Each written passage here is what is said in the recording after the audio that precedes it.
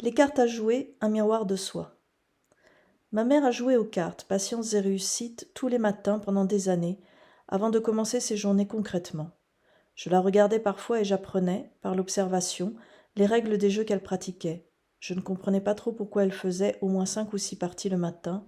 Maintenant, les choses s'expliquent. Les choses s'expliquent parce qu'en la voyant faire, je m'y suis mise. Et en allant un peu au-delà, c'est-à-dire en cherchant des jeux de cartes non traditionnels, pour voir ce que cela faisait de jouer avec. Au fil des années, j'ai continué à manipuler des cartes pour le plaisir de les avoir en main et pour recevoir leurs messages, jusqu'à ce que l'hermétique clarifie ce que je ressentais. Le mot carte en hermétique. Les lettres de ce mot nous parlent de la création non manifestée, envers du réel, le C, des polarités originelles célestes opposées que nous sommes tous, le A, et de la réalisation, l'action si l'on peut dire, le R, dans le terrestre, T, exprimé, E, c'est-à-dire dans l'endroit du réel. C'est bien cela, lorsque nous prenons une carte en main et que nous la retournons pour regarder ce qu'elle représente, nous passons effectivement de l'envers du réel à l'endroit du réel. À partir du moment où nous la retournons, nous manifestons ce qui est en nous dans l'inconscient, dans notre réalité consciente.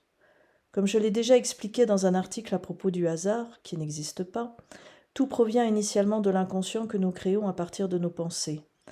Alors la carte que nous faisons apparaître devant nos yeux correspond à ce qui existe profondément en nous et que nous pouvons manifester pour en actionner les rouages. Retourner une carte permet d'accéder de façon précise à l'immensité de nos pensées et par là même de nous élever à nous-mêmes, dans le sens où, pointant un sujet du doigt, nous provoquons ainsi notre propre réflexion sur nous-mêmes. Et dans le fait de se faire tirer les cartes, le principe est le même, puisque la personne qui tire à notre place, si elle sait réellement bien manipuler cette technique, est en fait connectée à notre propre fréquence. Son tirage correspondra donc à notre dimension propre, à ce que nous avons besoin de confirmer, et non de deviner pour le futur. Au passage, j'en profite pour dire que la divination par les cartes et par quoi que ce soit d'autre du reste ne me semble pas possible. C'est la croyance en une personne ou une technique qui provoque le fait de la divination. Je n'insiste pas ici sur le sujet qui est largement expliqué et étayé dans le livre Le secret hermétique des cartes et tarots, disponible sur mon site. Jean-Christophe a pris le temps de tout comprendre au travers de l'hermétisme, car c'est très intéressant, car très logique. Je reviens aux cartes à jouer qui peuvent devenir, à mon sens, et lors d'une consultation, un miroir de soi, une façon juste de les vivre et de se les approprier. Les cartes, comme la lave du volcan. Cette métaphore est justement celle que je viens de tirer dans mon jeu de cartes Écriture intuitive et langage des oiseaux, disponible sur mon site, l'occasion de l'expérimenter une fois encore pour écrire. Je cherchais une image pour exprimer quelque chose que je ressentais, et j'ai tiré cette carte, celle du volcan.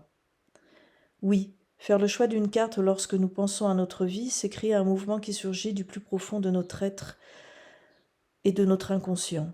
Tout d'un coup, c'est là, rougeoyant et puissant comme la lave qui va faire son chemin, quoi qu'il arrive, sur notre territoire intime, en balayant et ou en bouleversant les choses.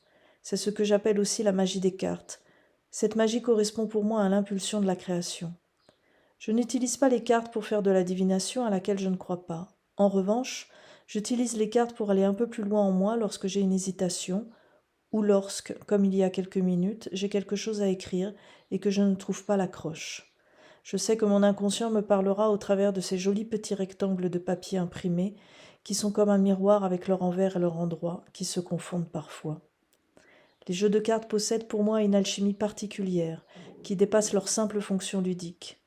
Le plaisir de les manipuler tient autant à leur texture qu'à leur symbolisme graphique et textuel.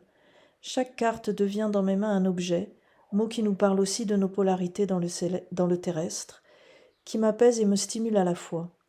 Les mélanger, geste répétitif qui calme et aide au centrage, les disposer en éventail ou les faire glisser sur une table évoque une forme de rituel introspectif.